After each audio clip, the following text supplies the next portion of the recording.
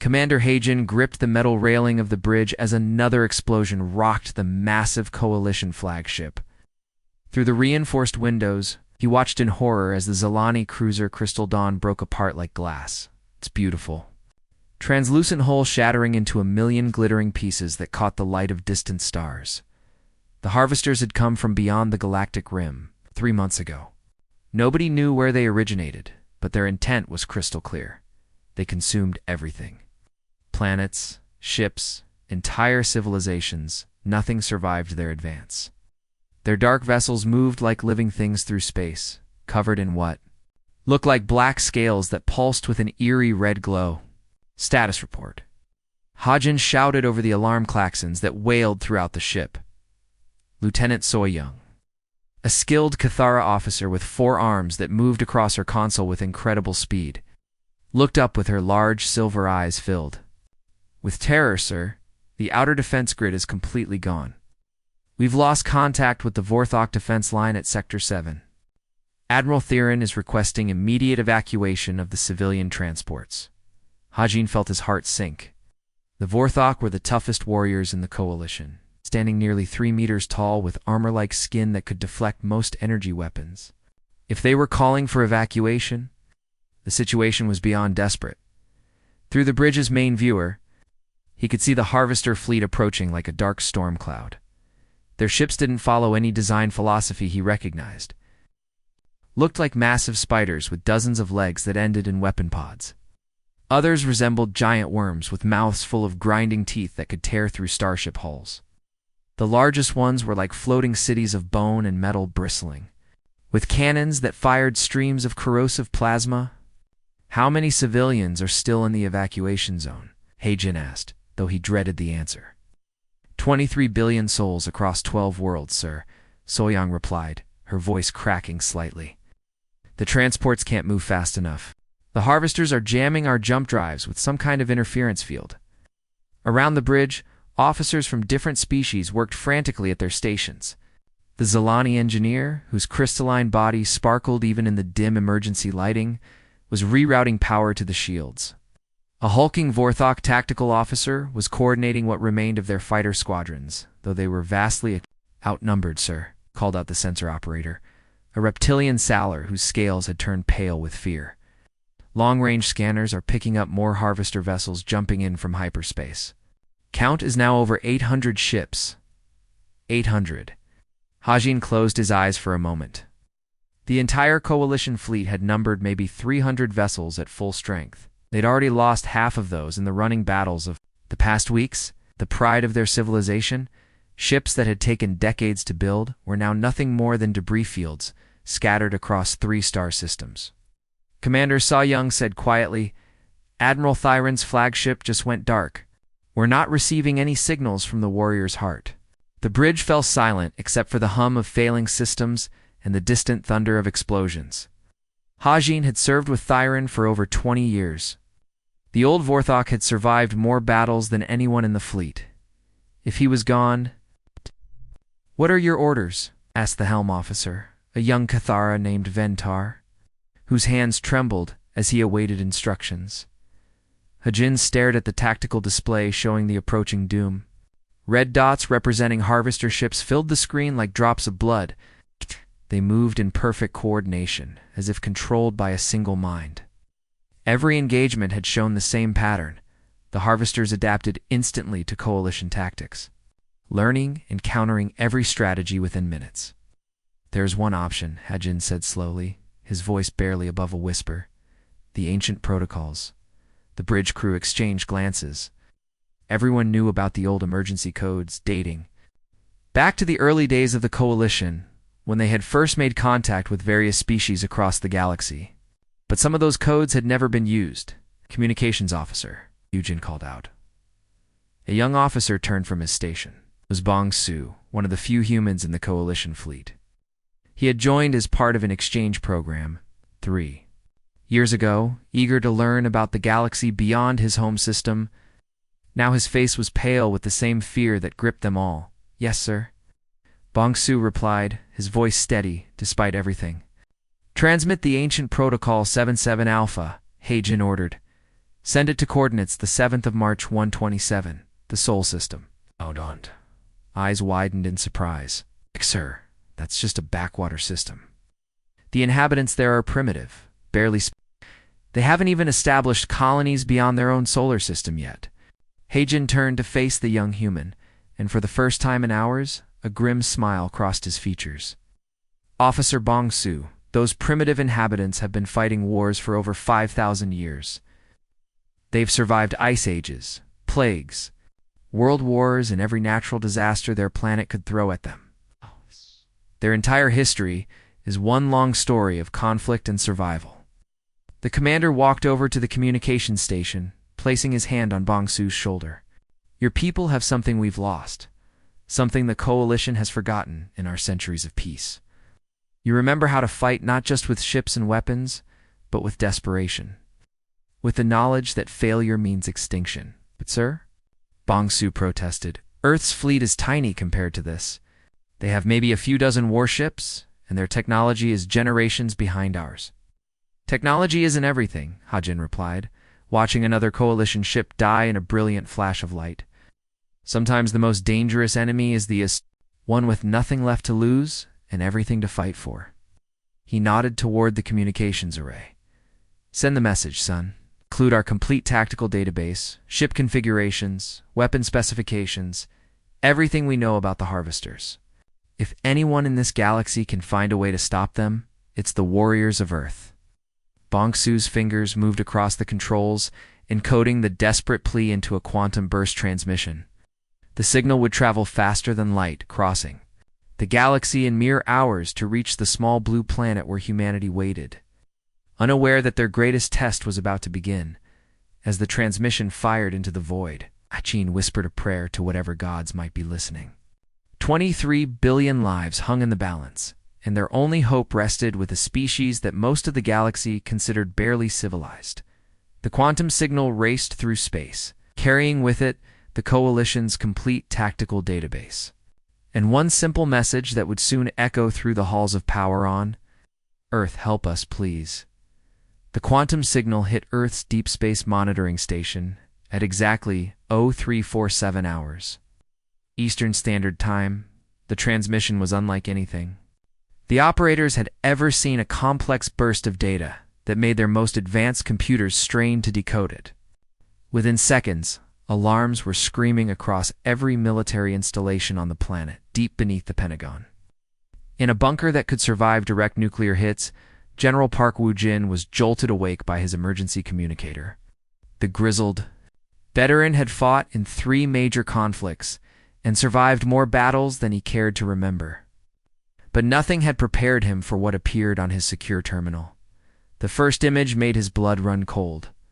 An entire planet stripped bare of all life, its surface scarred and blackened.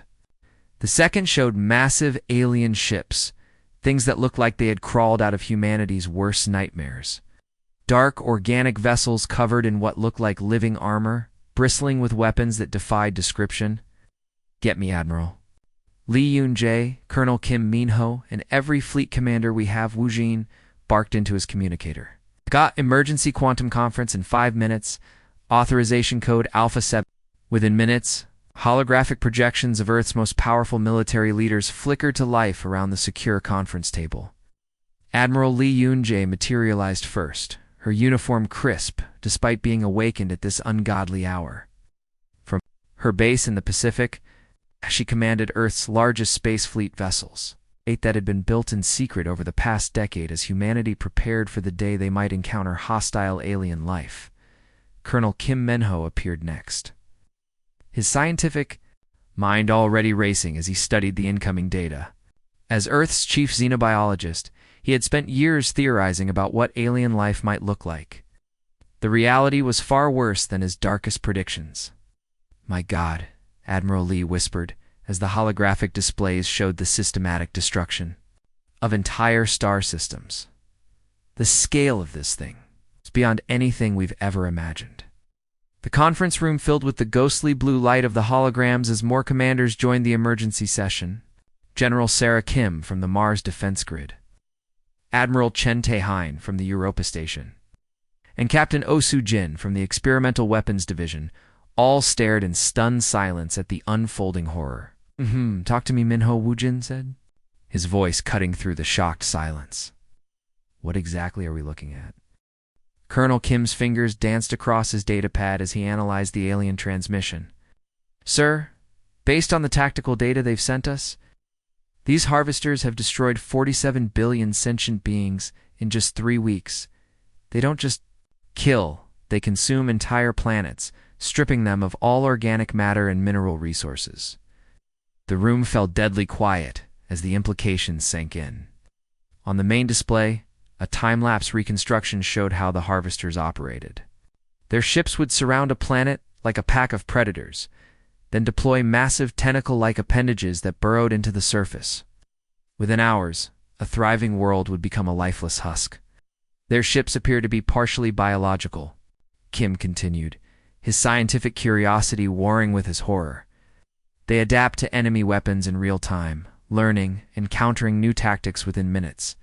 The coalition forces, and they had some impressive technology, couldn't even slow them down. Admiral Lee leaned forward, studying the tactical projections. How many ships are we talking about? The last count from the transmission shows over 800 harvester vessels in the immediate attack zone, Kim replied, and long range. Sensors suggest there are more coming from outside the galaxy. Captain Osujin, commander of the most advanced warship in Earth's arsenal, spoke up. Sir, our entire space fleet numbers may be 60 combat-ready vessels. Even with our new experimental weapons, we're massively outnumbered. Wu Jin stood up, pacing around the holographic display that showed the harvester fleet in all its terrifying glory. Each ship was massive, some the size of cities, all of them designed for one purpose: total destruction. What's our deployment capability? Hay asked, his mind already shifting into battle mode. Throughout human history, they had faced impossible odds before. This was just another test. Admiral Lee's projection straightened. The Thunderstrike battle group can be ready in 6 hours, sir. 12 dreadnoughts, 60 destroyers, and our full complement of war titans. Plus the new stealth frigates from the Luna shipyards. Make it for ours, Woojin ordered without hesitation, and prep the Omega Protocol weapons. I want every experimental system we've developed loaded and ready. The Omega Protocol weapons were humanity's deepest secret devices, so destructive that their very existence was known only to a handful of people. Kinetic bombardment systems that could crack planets, quantum disruptors that could tear holes. In space-time itself, an AI-controlled swarm weapons that could overwhelm any defense. Sir Captain, O interjected, her hologram flickering slightly due to the quantum interference. With respect, we don't know what we're flying into. This enemy has defeated civilizations far more advanced than ours. Ujin stopped pacing and looked directly at each commander in turn. His eyes were hard as steel, carrying the weight of humanity's entire future. Captain, we know enough, he replied, his voice filled with quiet determination. They asked for Earth's war machines. They called us primitive, barely space-capable. What they don't understand is that we've been preparing for this moment our entire existence. He gestured to the displays showing Earth's hidden fleet, ships built in the asteroid belt. Weapons tested in the depths of space, soldiers trained for battles among the stars. Every human civilization has been forged in conflict. We've survived ice ages, plagues, world wars, and disasters that would have broken other species. We've turned warfare into an art form. We've never forgotten that sometimes the only way to preserve peace is to be so terrifyingly good at war that no one dares to threaten you. The room was electric with tension as Earth's military leaders absorbed their commander's words.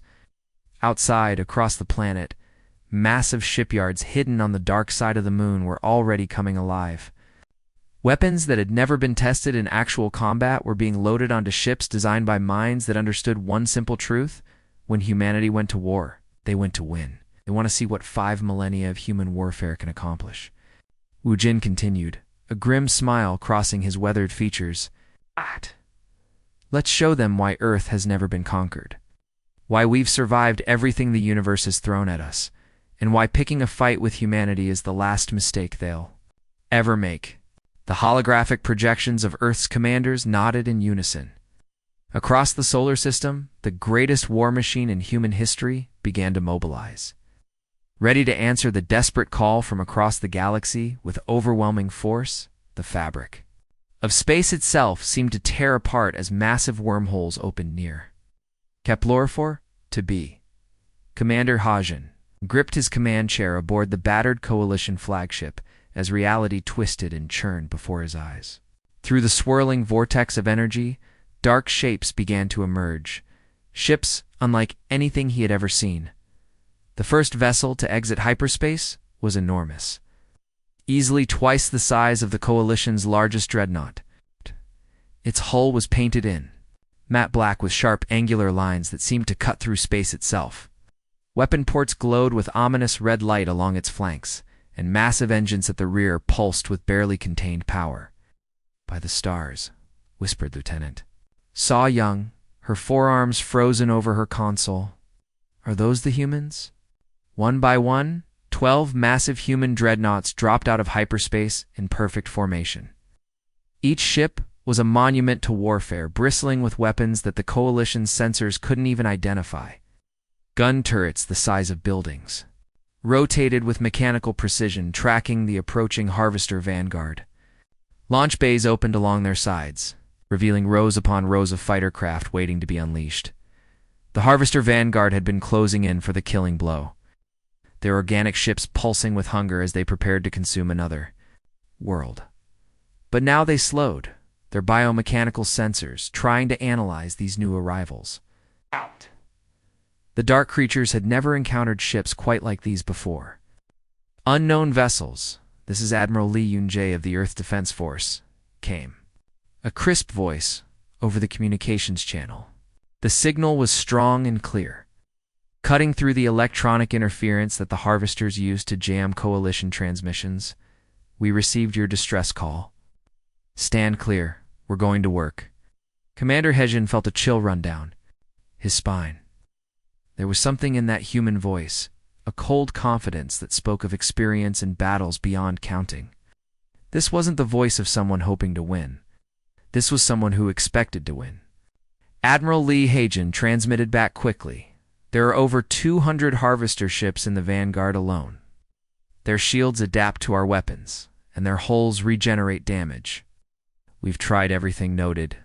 Admiral Lee's voice cut him off. "All Coalition vessels fall back to minimum safe distance. We'll handle this." What happened next defied everything the Coalition knew about civilized space warfare. Instead of maintaining long-range engagement distances like any sensible military force, the human ships suddenly accelerated directly toward the Harvester fleet.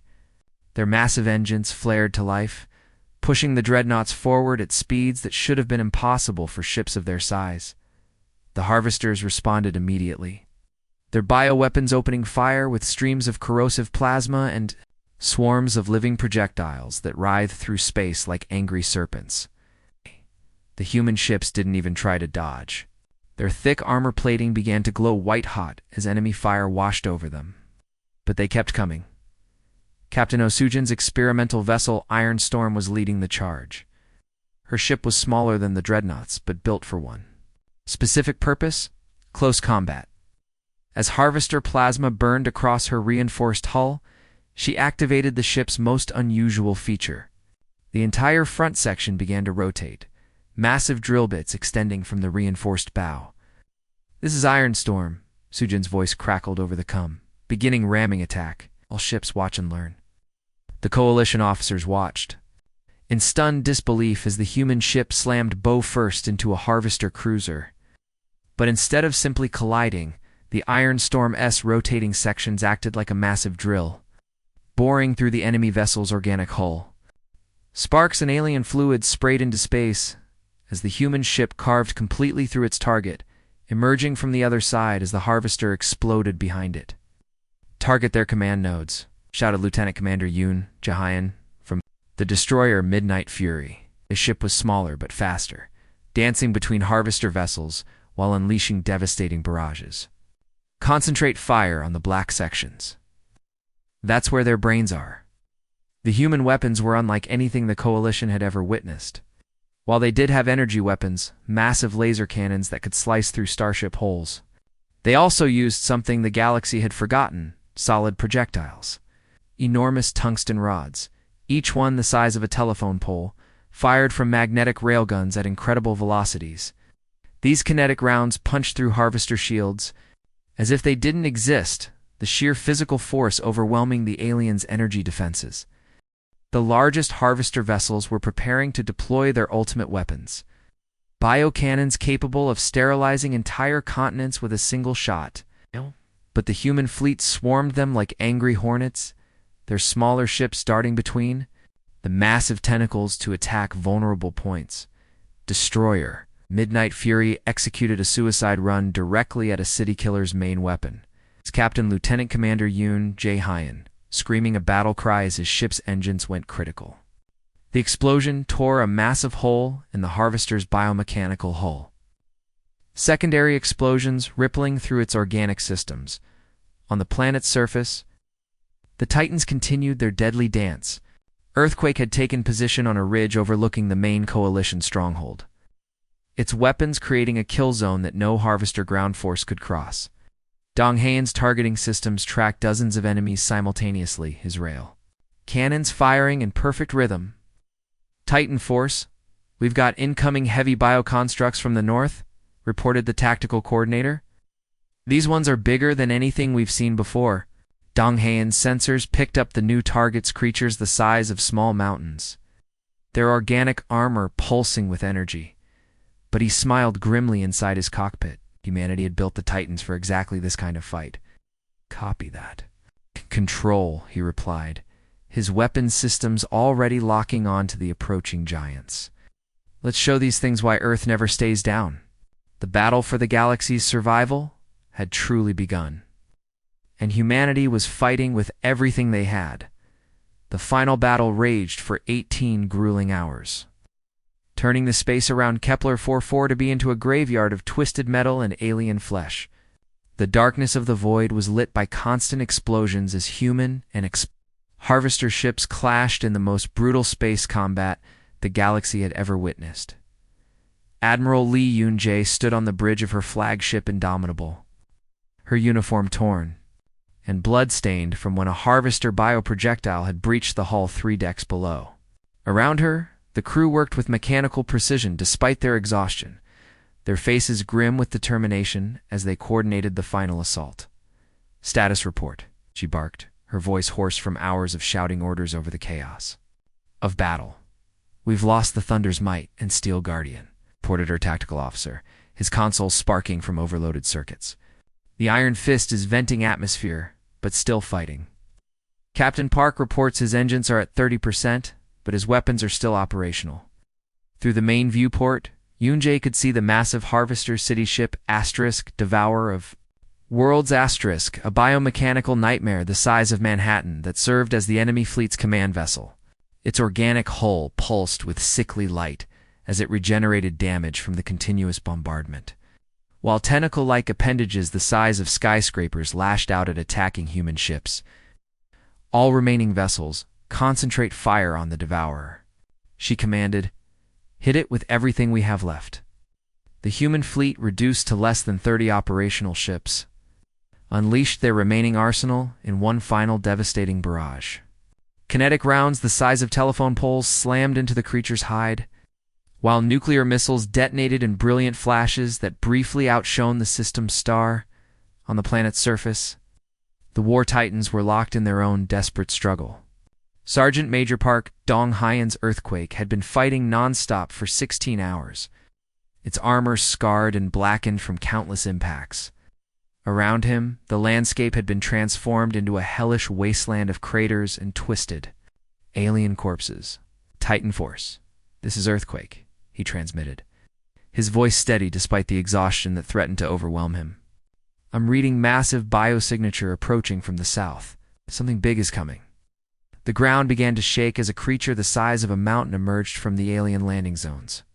It was unlike anything they had faced before, a living, fortress with organic weapons covering every inch of its surface, supported by hundreds of smaller bioconstructs that swarmed around it like parasites. "All Titans converge on my position," Dong Haiyan ordered. "We end this now, or we don't go home." The remaining War Titans, only 8 still operational, formed a defensive line as the massive creature approached. Thunder, piloted by Corporal Li Youngsu, charged forward with plasma claws blazing, while Stormbreaker provided covering fire with its missile systems. The battle was brutal and decisive. Thunder managed to tear through the creature's lower armor with its claws, creating an opening that the other Titans exploited with concentrated fire. When the mountain-sized bioconstruct finally fell, its death scream echoed across the planet's surface, sound that somehow traveled through space to reach the ears of every combatant in the system. At that moment, something extraordinary happened. The remaining harvester ships, which had fought with mindless hunger for over 18 hours, suddenly began to retreat. Without their command creature to coordinate them, the biomechanical vessels scattered like frightened animals, fleeing toward the edge of the system. "All ships, pursue and destroy," Admiral Yunjie commanded, but her heart wasn't in it. Her fleet was exhausted, damaged, and running low on ammunition. They had given everything they had. Captain Osujin's voice crackled over the come-from. Her heavily damaged Iron Storm. "Admiral, our sensors show the last of them jumping to hyperspace. They're gone." The silence that followed was deafening. After 18 hours of constant noise, explosions, weapons, fire, screaming engines, and dying men, the sudden quiet felt almost unnatural. "Fleet status," Yonjie asked quietly. 4 dreadnoughts lost, 37 smaller vessels destroyed, or too damaged to fight, came the reply. "But we're alive, Admiral. Against all odds, we're still alive." The space around Kepler 440b was filled with debris. Twisted chunks of metal from human ships mixed with the organic remains of harvester vessels. Rescue shuttles began launching from the surviving ships, searching for survivors in the wreckage, while automated systems worked to clear safe navigation paths. 3 hours later, Commander Hejin of the Coalition forces transported aboard the Indomitable. For the first face-to-face meeting with humanity's fleet commander, he had expected to meet some towering warrior scarred by countless battles. Instead, he found a woman barely reaching his shoulder, her uniform torn and stained, but her eyes burning with an inner fire that spoke of unbreakable will. "Commander Hejin of the Galactic Coalition," he said, offering the traditional salute. Of his people, a complex gesture involving all 4 of his arms. "Admiral Li Yunjie, Earth Defense Force," she replied with a simple nod. "Your people fought well alongside us, Commander. The galaxy owes you a debt." "Admiral, with respect, it is we who owe humanity everything," Hejin said, his voice thick. "With emotion, your species fights like demons possessed. I have never seen such fury, such determination." "We fight like humans," Yunjie replied simply, accepting a steaming cup of coffee from her aide. "It's what we do. It's what we've always done." The Coalition commander studied this small, battle-worn woman who had just orchestrated the destruction of the most feared enemy in galactic history. "The Coalition Council wishes to offer Earth full membership in our alliance. Your military capabilities could ensure peace throughout the galaxy for generations to come." Before Admiral Yunjie could respond, a holographic projection materialized beside them. General Park Woojin appeared, his image flickering slightly due to the quantum interference still lingering from the battle. "With respect, Commander Woojin," interrupted, his voice carrying the authority of Earth's supreme military leader, "we'll consider your offer. But if you want humanity as an ally, it will be as equals, not as your hired guns or galactic police force." Captain Osujin, who had just docked her heavily damaged Iron Storm with the flagship, entered the conference room. Her ship's hull was still glowing from the heat of battle as she carried herself with the swagger of someone who had just faced death and won. "We've proven we can fight," she added, her voice filled with quiet pride. "Now you need to prove you can stand with us when the next threat comes." Because there will be a next threat. There always is. The negotiations that followed established the framework for a new kind of galactic alliance. Earth would not be a junior partner begging for acceptance, but an equal voice in galactic affairs. In return, humanity would share their military knowledge and stand ready to defend coalition worlds against future threats. As the human fleet prepared to return to Earth, they left behind a small garrison of ships and war titans to help rebuild the devastated worlds. But more importantly, they left behind a promise humanity would not abandon their new allies when danger threatened. Word of the victory spread quickly throughout the galaxy. Species that had cowered in fear of the Harvesters now spoke of Earth's warriors in hushed, reverent tones. Children across a dozen worlds would grow up, hearing stories of the war titans and the ships that fought like demons to save them all. In the depths of space, ancient sensors detected the aftermath of the battle and filed reports to masters who dwelt in the dark between galaxies. Other threats were indeed stirring, drawn by the chaos and destruction. But now they would face not just the peaceful coalition worlds, but the united front of ancient wisdom backed by the unstoppable fury of human warfare. The stars themselves seemed to shine brighter, as if the universe itself approved of this new alliance. And somewhere in the void, Earth's war titans stood ready to answer the call whenever darkness threatened the light of civilization.